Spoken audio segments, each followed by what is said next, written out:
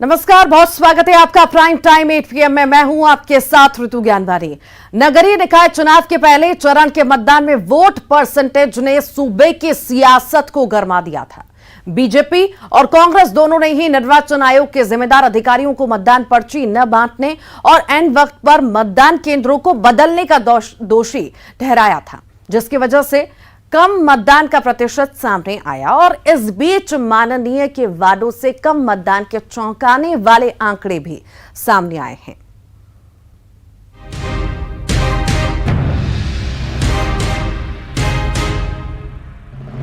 शहर की सरकार की जंग अब अपने अंतिम चरण में है। कहने को कल दूसरे चरण का मतदान होना है, जिसके मद्देनजर राजनीतिक दलों ने जहां कमर कसी है, तो वहीं निर्वाचन आयोग भी इस बार मतदान पर्चियों के वितरण को लेकर अलर्ट हो चुका है। इसके पीछे एक बड़ी वजह शिकायतों का अंबार भी है, क्योंकि राज्य निर्वाचन आयोग के सामने बीजेपी और कांग्रेस जैसे बड़े दलों ने शिकायत पर मतदान पर्चियों को न बांटने का ठीकरा फोड़ा था, जिसकी वजह से मतदान ढंग से न हो सका।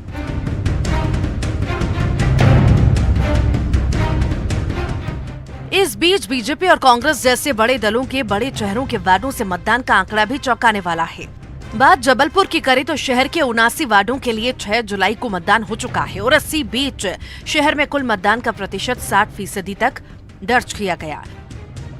जैसे तैसे मतदान का समय खत्म होने तक लोग घरों से निकले और वोटिंग के प्रतिशत को बढ़ाया, लेकिन जो बड़े चेहरे इस आम जनता का प्रतिनिधित्व करते हैं, उनके वार्ड में वे मतदान कराने से काफी पीछे रहे। आंकड़ों में देखें तो जबलपुर सांसद राकेश सिंह के सुभाष चंद्र बनर्जी वार्ड में मात्र 45.87% मतदान हुआ। केंद्रीय मंत्री प्रहलाद पटेल के शहीद गुलाब सिंह वार्ड में 49.12% मतदान हुआ। राज्यसभा सांसद विवेक तनखा के स्वामी दयानंद सरस्वती वार्ड में 54.96% मतदान हुआ। राज्यसभा सांसद सुमित्रा वाल्मीकि के डॉक्टर अंबेडकर वार्ड में 57.65% मतदान हुआ। पूर्व मंत्री तरुण भनोट के पंडित बनारसीदास भनोट वार्ड में 57.16% मतदान हुआ।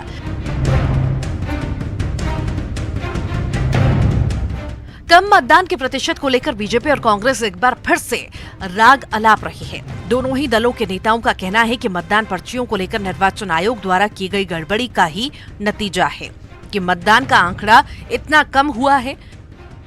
वहीं कद्दावर चेहरों के जिम्मे पर कई महत्वपूर्ण जिम्मेदारियां होती हैं, कई तो स्टार प्रचारक भी होते हैं। यही वजह है कि वो इतनी सक्रियता अपने वार्ड में नहीं दिखा पाए।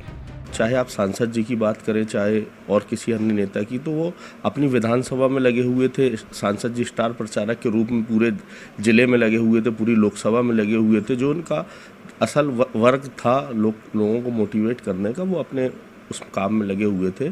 हमने एक चीज़ ज़रूर देखी है कि वोट प्रतिशत बढ़ने और घटने पे जो है मुख्य कारण जो होता है वो BLO होता है। नाम जुड़वाना हो अथवा कटवाना हो, आपको BLO से जो है राब्ता करना होता है, तो BLO की अहम भूमिका होती है। हमने एक चीज़ ये चुनाव में देखी कि जिनके नाम वार्ड क्रमांक 1 में थे, वो अचानक वार्ड क्रमांक 59 में हो गए, तो नाम जो गायब होकर दूसरे वार्डों में गए, इसका भी मुख्य कारण था वोटिंग परसेंटेज कम होने। देखिए, मतदान का प्रतिशत जो कम था, इसका सबसे बड़ा कारण ये था कि जो आपने पर्चियाँ बांटने का सिस्टम सरकार के हाथ में था, वो पर्चियाँ लोगों के यहाँ बटी नहीं। हम लोग जिस दिन वोटिंग हो रही थी, मैं जितने भी केंद्र में गया हूँ, कोई भी केंद्र ऐसा नहीं था जहाँ पर BLO हजारों की संख्या में पर्चियाँ लेकर ना बैठे हों। एक मानसिकता है लोगों के घर में, अगर अब शासकीय पर्ची, आप हम लोगों को पर्चियाँ पार्टियों को बांटने नहीं देते हैं। जब शासकीय पर्ची नहीं पहुँचती है तो लोगों को ऐसा लगता है कि हमारा नाम उसमें से कट गया है, और जब नाम कट गया है तो वो लोग निकल कर जाते ही नहीं है वहाँ पर वोट डालने के लिए। बहुत बड़ी खामी निर्वाचन आयोग सरकार सत्ता की थी। अब कल के दूसरे आखिरी दौर के संग्राम पर सबकी नजरें होंगी। वोटिंग परसेंटेज को लेकर अपने अपने दावे होंगे, किसे नफा किसे नुकसान का आंकलन होगा, लेकिन असली तस्वीर तो नतीजों के बाद ही सामने आएगी। प्रतीक मोहन अवस्थी, न्यूज़ 18 जबलपुर। तो पहले चरण के निकाय चुनाव में कम वोटिंग हुई, सियासी मुद्दा भी अब बन गया है ये। बीजेपी ने कम वोटिंग को लेकर राज्य निर्वाचन आयोग में शिकायत भी की थी। कांग्रेस ने भी पहले चरण में हुई कम वोटिंग पर चिंता जाहिर की थी। आलोचना के बाद निर्वाचन आयोग का मतदाता पर्ची वितरण पर अब फोकस है। मतदाता पर्ची वितरण और मतदान केंद्र बदलने की शिकायत भी हुई थी। आगे बढ़ेंगे। मध्य प्रदेश में निकाय की जंग का आखिरी पड़ाव जो है देखने को मिल रहा है, लेकिन वोटिंग से पहले एक दूसरे पर जुबानी हमले भी नहीं थम रहे। सड़क, नाली, पानी, देश विदेश के मसलों से होते हुए सियासी अदावत व्यक्तिगत टिप्पणियों तक आ पहुंची है। अब रेस और रेस्ट की बात भी हो रही है। लार्जर देन लाइफ कैरेक्टर के साथ वीडियो जारी किए जा रहे हैं। नेताओं को स्टैब्लिश करने की कोशिशें भी हो रही हैं।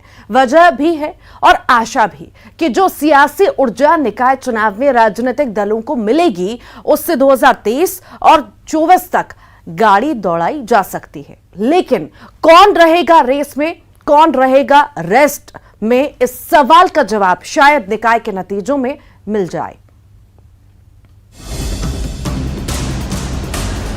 एमपी में निकाय के दूसरे और आखिरी चरण की कल वोटिंग होने जा रही है, लेकिन जुबानी जंग और ज्यादा तीखी हो चली है।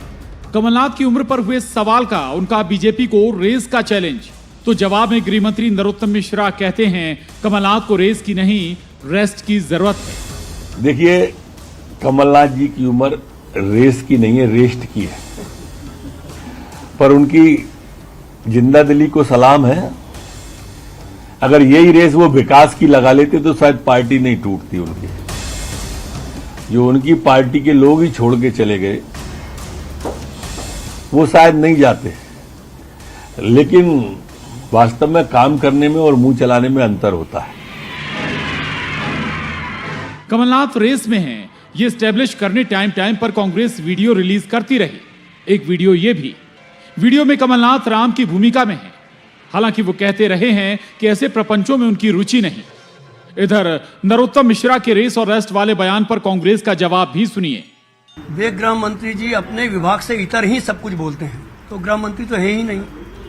उनके गृह मंत्री होने पर प्रश्न चिन्ह है।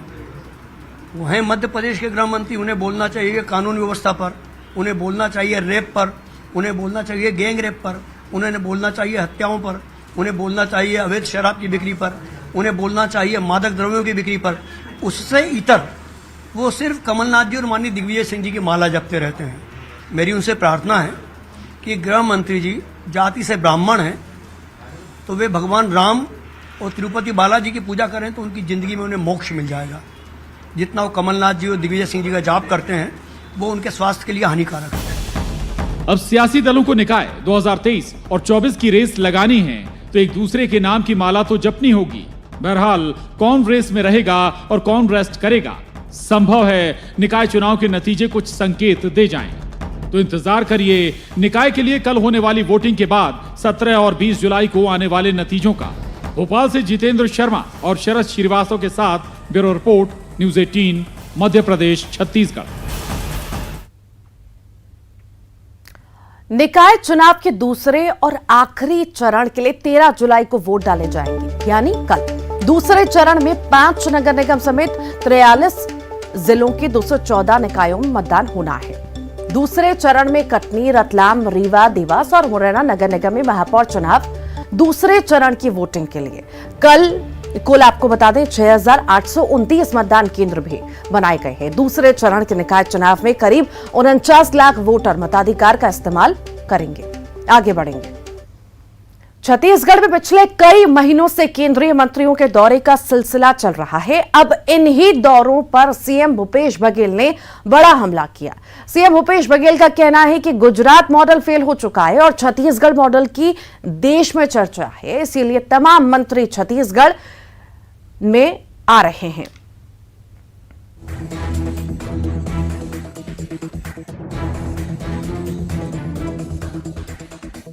साल 2023 में छत्तीसगढ़ का सियासी संग्राम होना है। ऐसे में हर तरफ से किलेबंदी शुरू हो चुकी है, लेकिन बीजेपी ने इन दिनों एक नई रणनीति शुरू कर रखी है।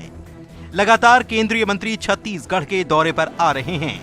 कल से केंद्रीय मंत्री गिरिराज सिंह भी 4 दिनों के दौरे पर कोरबा आ रहे हैं, जो केंद्र सरकार की योजनाओं की समीक्षा करेंगे और विकास कार्यों का जायजा लेंगे। लेकिन सीएम बघेल ने इन केंद्रीय मंत्रियों के दौरे के सवाल पर बीजेपी को ही घेर लिया और कहा कि गुजरात मॉडल फेल हो चुका है, इसीलिए छत्तीसगढ़ मॉडल वे देखने आ रहे हैं। छत्तीसगढ़ में जो गुजरात मॉडल फेल हो चुका है, छत्तीसगढ़ मॉडल किस प्रकार से काम कर रहे हैं, यहाँ कैसे काम हो रहा है वो देखने आ रहे हैं और प्रशंसा करके जा रहे हैं। अच्छी बात है। दरअसल देश के सभी 125 आकांक्षी जिलों में चल रही केंद्रीय योजनाओं की समीक्षा चल रही है। इस कड़ी में छत्तीसगढ़ के 10 आकांक्षी जिलों को भी शामिल किया गया है। इसमें बस्तर संभाग के 7 जिलों के साथ ही महासमुंद, कोरबा के अलावा राजनांदगांव भी शामिल है। इन्हीं आकांक्षी जिलों के दौरे पर केंद्रीय मंत्री लगातार आ रहे हैं। इस पर बीजेपी की दलील क्या है, ये सुन लीजिए। छत्तीसगढ़ में केंद्रीय मंत्री जितने भी आ रहे हैं, केंद्र सरकार की पोषित योजनाएं जितनी हैं उसकी मॉनिटरिंग करने आ रहे हैं। पहले तो ये समझ लें। अच्छी बात है अगर छत्तीसगढ़ के कुछ मॉडल ऐसे हैं जिन मॉडल को अगर देश के अंदर चर्चा हो रही है तो माननीय मुख्यमंत्री जी को भी बताना चाहिए ये कौन कौन से मॉडल हैं। नरवा गुरुवा बाड़ी चले साथ में संगवारी, गोठान बना है, गोठान की हालत क्या है जाकर के देख ले। छत्तीसगढ़ में चुनाव भले ही साल 2023 में हो, लेकिन न सिर्फ सत्ताधारी कांग्रेस बल्कि बीजेपी भी पिछले कई महीनों से चुनावी मोड में है। खुद सीएम बघेल जहां 90 विधानसभाओं के दौरे पर हैं, तो बीजेपी ने अपने केंद्रीय मंत्रियों को मैदान में उतार दिया है। कांग्रेस का तो यहां तक कहना है कि ये मंत्री समीक्षा कम सियासी जमीन तलाशने ज्यादा आ रहे हैं। Bureau report, news 18, Madhya Pradesh, Chhattisgarh. केंद्रीय मंत्रियों के दौरे पर सीएम भूपेश बघेल ने बड़ा तंज कसा। सीएम भूपेश बघेल ने गुजरात मॉडल को ही फेल बता दिया। कह रहे हैं मंत्री दौरे पर छत्तीसगढ़ मॉडल देखने के लिए आते हैं। केंद्रीय मंत्री छत्तीसगढ़ में आकांक्षी जिलों के दौरे पर आ रहे हैं और इसी क्रम में कल गिरिराज सिंह कोरबा जिले के दौरे पर आ रहे हैं। चलिए आगे बढ़ेंगे। मध्य प्रदेश के डिंडौरी जिले में प्रधानमंत्री ग्रामीण सड़क योजना विभाग के अफसरों ने ऐसा कमाल का कारनामा किया जिसकी चर्चा पूरे जिले में हो रही है। दरअसल प्रधानमंत्री ग्रामीण सड़क योजना विभाग के अफसरों के द्वारा नियम कायदों को ताक पर रखकर जर्जर पुल के ऊपर ही नए पुल का निर्माण कराया जा रहा है, जिसे देख लोग भी अब हैरान हैं। आप भी देखिए।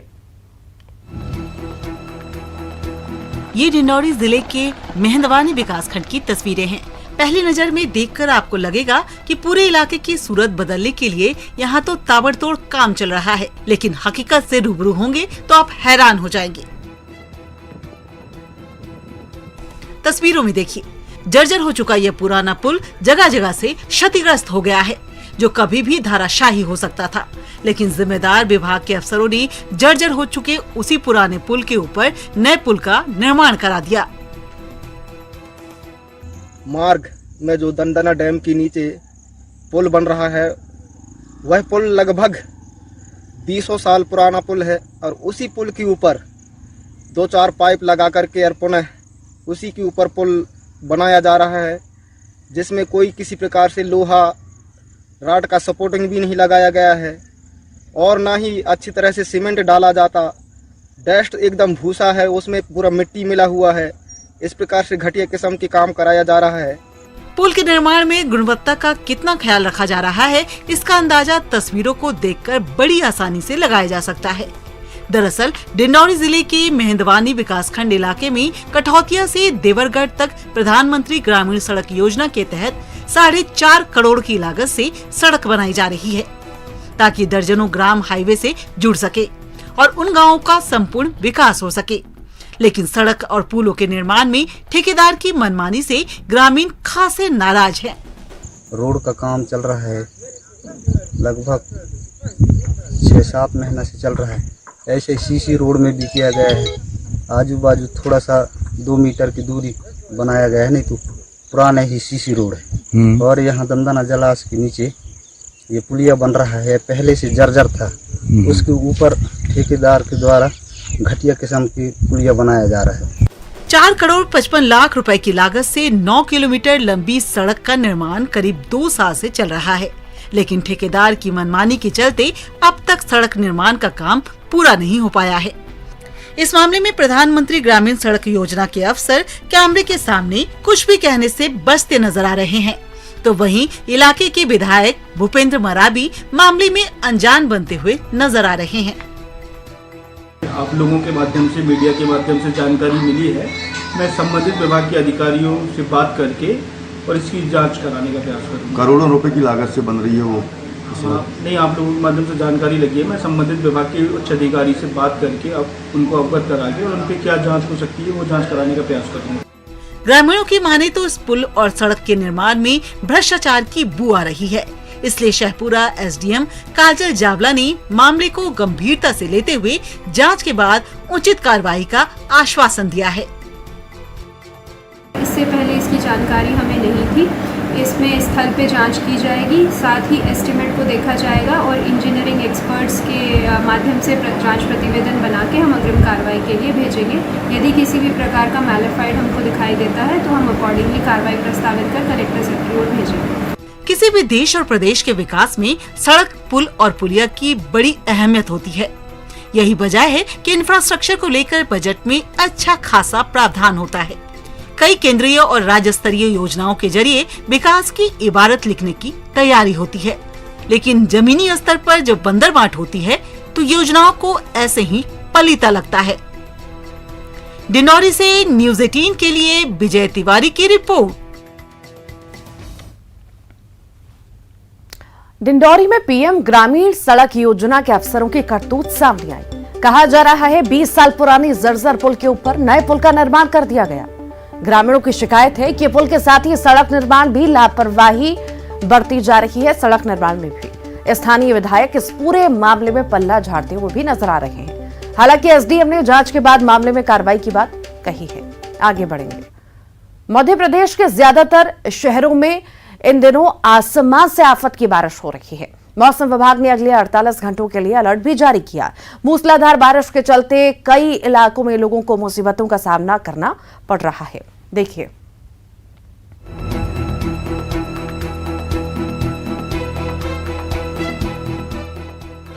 मध्य प्रदेश के कई शहरों में मानसून ने इन दिनों त्राहिमाम मचा रखा है। इंद्रदेव इस कदर मेहरबान हैं कि हर तरफ पानी ही पानी है, लेकिन इस पानी ने परेशानियां पैदा कर रखी हैं। मौसम विभाग ने आने वाले 48 घंटों के लिए चेतावनी भी जारी की है और साथ में मौसम विभाग का ऑरेंज अलर्ट भी है। बारिश की आफत की बानगी देखिए।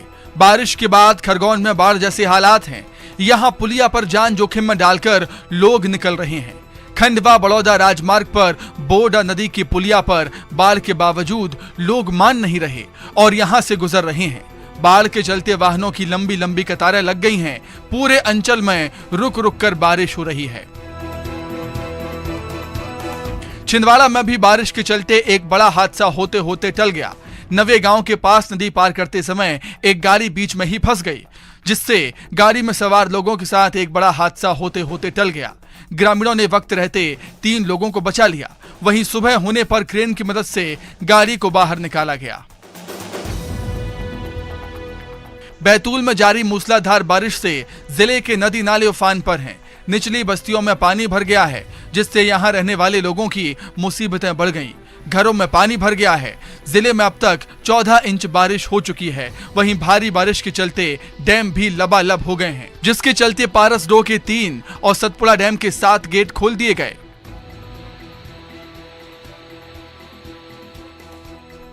बांध के किनारे रहने वाले लोगों को अलर्ट जारी कर दिया गया है। गृहमंत्री डॉक्टर उत्तम मिश्रा ने बारिश के हालात को लेकर जानकारी दी। उन्होंने कहा कि बचाव दल को अलर्ट पर रखा गया है। टोल फ्री नंबर जारी किए गए हैं। बाढ़ नियंत्रण केंद्र बनाए गए हैं। 16 जिलों में बारिश के हालात सामान्य हैं। कल शाम से अभी तक जो बारिश हमारी 16 जिलों की है, वह स्थिति पूरी तरह से सामान्य है, नियंत्रण में है। हमारी जो फोर्स है, चाहे वो पुलिस की हो, चाहे एसडीआरएफ की हो, होमगार्ड के जवानों, सभी को अलर्ट मोड पर रखा हुआ है। आफत की बारिश भ्रष्टाचारियों की पोल खोल रही है। बरगी के देवद्वार जाने वाले रास्ते पर बना पुल 2 टुकड़ों में बंट गया। नाले के ऊपर हाल ही में ये पुल बना था। इससे देवद्वार जाने और आने वालों को भारी परेशानी उठानी पड़ रही है। Bureau report, news 18 Madhya Pradesh Chhattisgarh. Madhya Pradesh में इन दिनों भारी बारिश के चलते जनजीवन अस्त व्यस्त हो चुका है। मौसम विभाग ने कई जिलों में भारी बारिश का अलर्ट भी जारी किया है। बारिश की वजह से भोपाल संभाग के आसपास बाढ़ जैसे हालात बन चुके हैं। अकेले विदिशा जिले से 3.5 घंटे में 8 इंच बारिश की तस्वीरें आई हैं सामने। नर्मदा और बेतवा के किनारे के लोगों को ऊंचे स्थानों पर जाने को भी कहा गया है। और आइए अब चलते चलते आपको छोड़ जाते हैं एक दिलचस्प तस्वीर के साथ जो यूपी के लखीमपुर खीरी से सामने आई। यहां शारदा नदी से निकलकर एक मगरमच्छ अचानक पुल पर पहुंच गया। राहगीरों को देखकर मगरमच्छ ने पुल पर दौड़ लगा ली। मौके पर मौजूद किसी भी शख्स ने मगरमच्छ का वीडियो बनाकर सोशल मीडिया पर वायरल कर दिया। देखिए।